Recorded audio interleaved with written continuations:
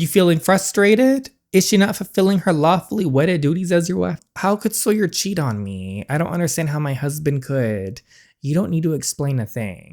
Anywhere but home. Please, anywhere but. No, I've checked and this just isn't like her. You said it yourself, Cerise is the type of woman to go home after the caretaker. But no one's seen her in the last hour. What are you talking about? Sawyer, where on earth is my daughter? You're wearing it. The suit. Yeah, well, came with a cute card and everything. Your handwriting's real pretty. And how does your wife feel about it? You wearing the clothes bought by another woman? Is that really what you've got on your mind right now? But you might want to clear up that wife drama. Admit you felt bothered.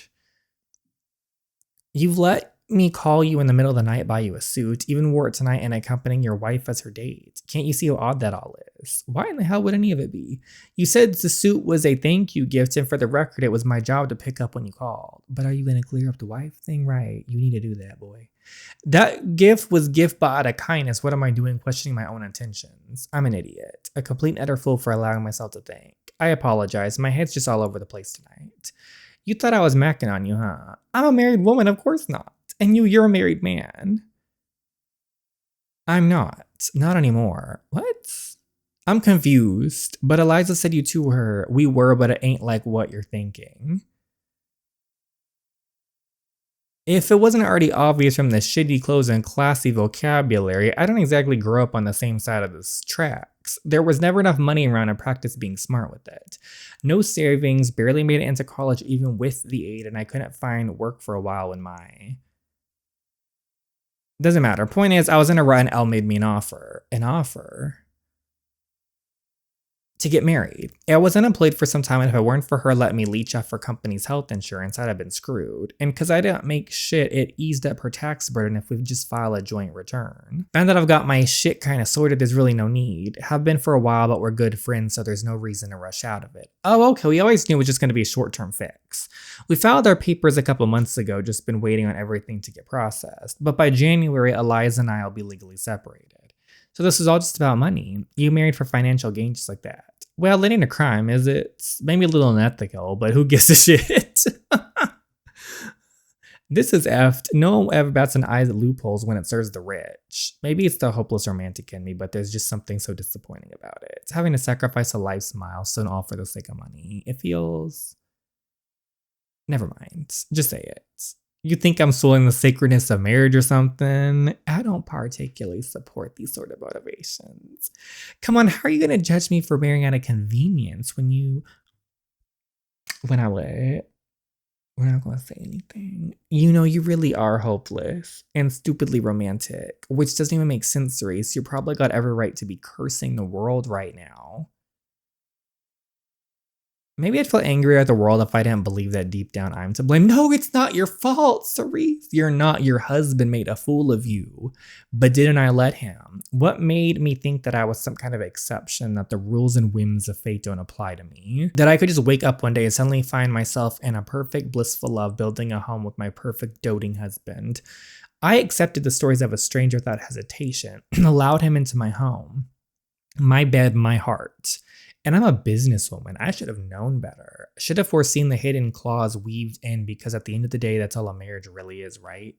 Just another business contract. Sawyer's just another asshole in a million, Cerise. Don't let the guy ruin a whole concept for you. Exactly.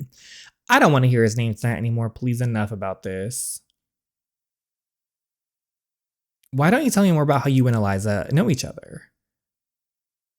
Me and Al, we grew up together. Oh, we got high annual points. Lived on the same side of the tracks, but she lucked out a little better. Bigger families, some more paychecks to help out with the bills. I wasn't the friendliest brat on the block, couldn't take jack shit seriously, not the school and not even the other kids.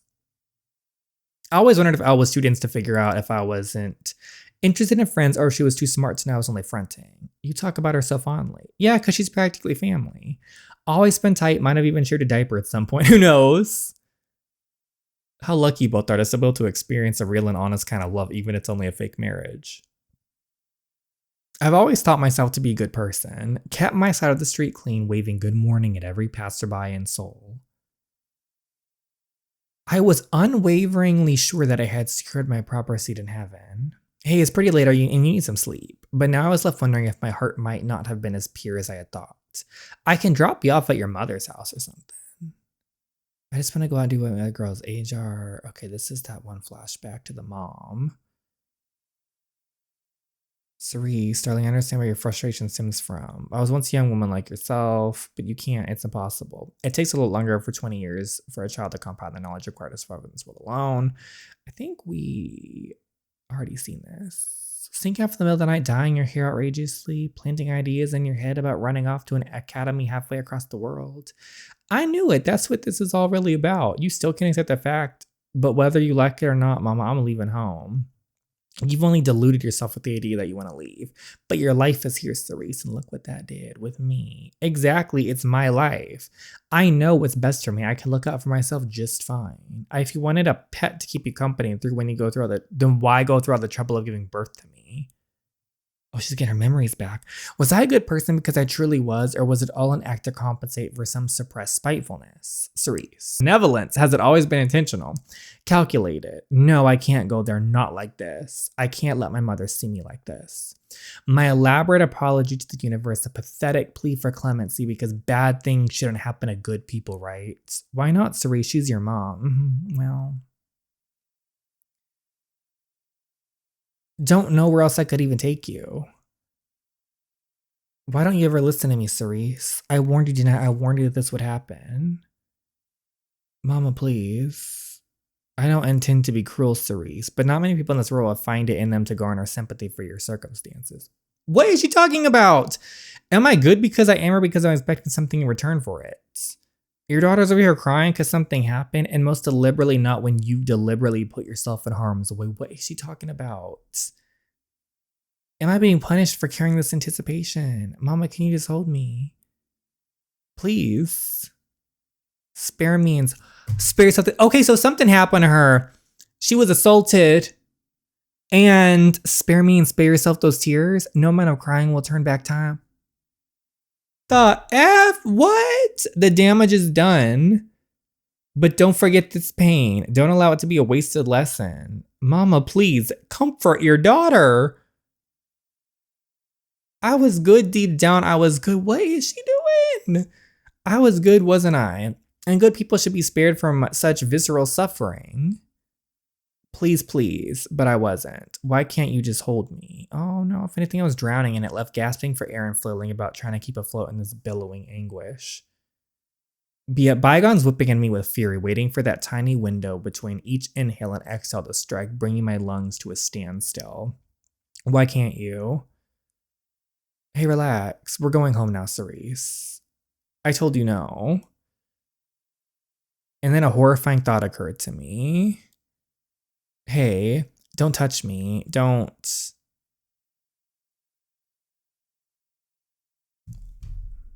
That a good person would never need to prove that they were good. That in the act of proving my innocence, I had inadvertently admitted guilt. We're not going there, Cerise. Oh, are you running looking for? I'm taking you back to mine. Yeah, we're going with Haniel. Who are you people? Looking for someone, Mr. Owens? My wife, to be exact. You haven't happened to see her, have you? Oh, Mrs. Owens. She left a little while ago. The hell do you mean she left? Did he stutter? She walked out of the venue about an hour and a half ago with another guest. Another guest? What other guest? I don't exactly remember his name off the top of my head. But he was definitely invited. I was the one who confirmed him on the guest list and allowed him entry. He? You let my wife leave the building with some random prick? Oh, yeah, she's not a random prick, first of all. And second of all, what are you talking about meeting Claire down in the basement? So, my apologies, Mr. Owens. They didn't seem like strangers to me. What is he supposed to do? She just looked pretty comfortable walking out of here with them. That's right. If there exists any room for doubt that I am good, that I am simply not. You can call us all you want. Cerise will not be picking up.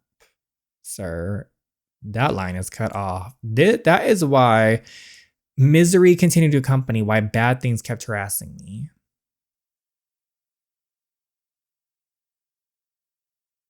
Oh, Haniel. He's so sweet.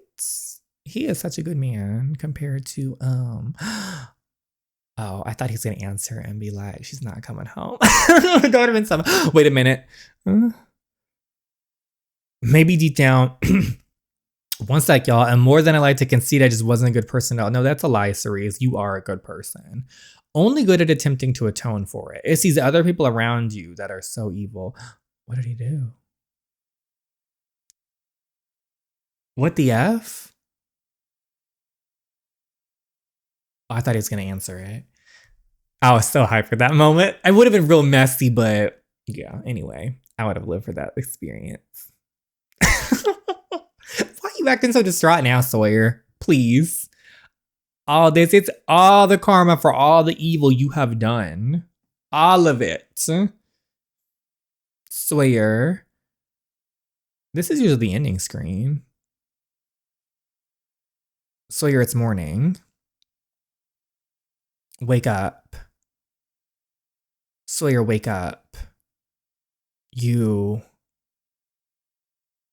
Where the hell were you?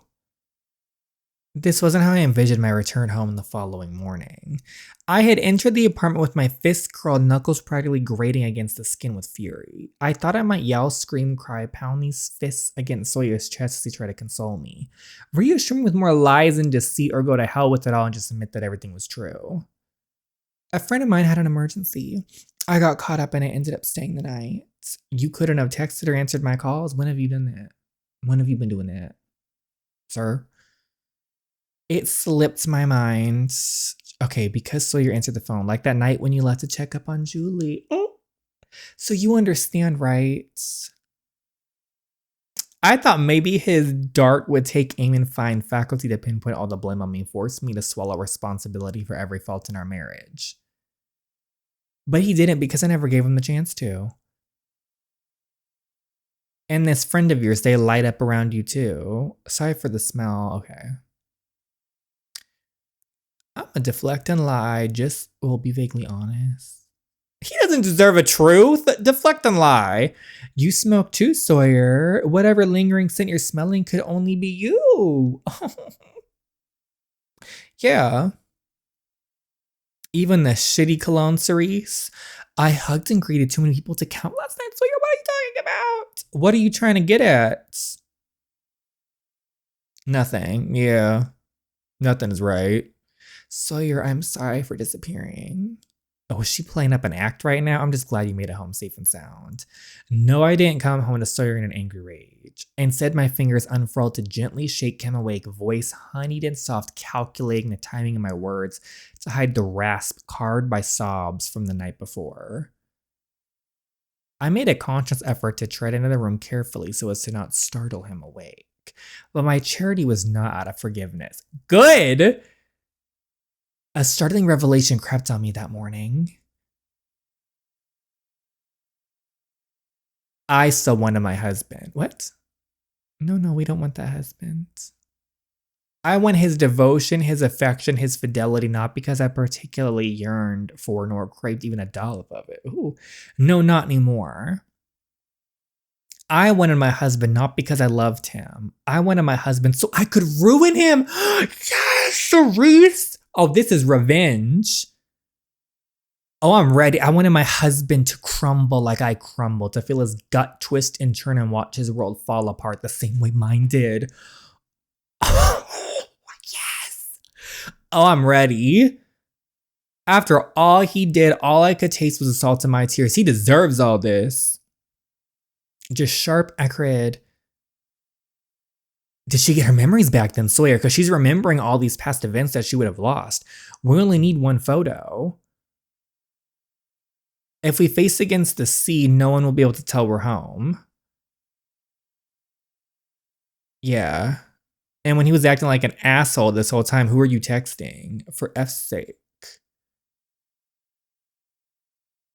What? Cerise. Are we doing this or what? He was such a prick. I forget after he's been all pretending to be all sweet recently that at the beginning he was so mean. Ugh. There, it's done. Treating her so bad. Salt. Suddenly I could taste the salt in my silent tears. In the late summer onshore breeze flogging my cheeks. And there he goes walking away in the dejecting flatness of Sawyer's voice. Salt. I can remember the taste of salt. I wonder, do tears cried out in agony always taste the same way? I vowed to make an accomplice out of the void inside me, that if I couldn't escape this affliction, then neither should my husband. In sickness and in health, after all, right? Oh my gosh. So I made up my mind to swallow up the secret I had unearthed. Because I was gonna do whatever it took to make Sawyer fall in love with me. Have him offer himself up to me on a silver platter, ready to maim with the blade I'd sharpened against his own teeth. A legal separation wouldn't nearly be enough. No, not for me. Stop with the bullshit. This isn't just about Claire, is it? You're not pushing through with the divorce solely because of the affair. You're leaving me because you've been having one of your own. What? What? I was gonna tear Sawyer's heart apart. Do it, Cerise. He deserves it. That was the end of season 1. Oh my gosh. I'm ready for the revenge. It is going to taste so sweet for Cerise. But let me know in the comments below what you all think of season 1 of the chapter of everything. And please go follow the amazing author Charlie Seb. Thank you so much again, and I hope to see you in the next one. Bye, everyone.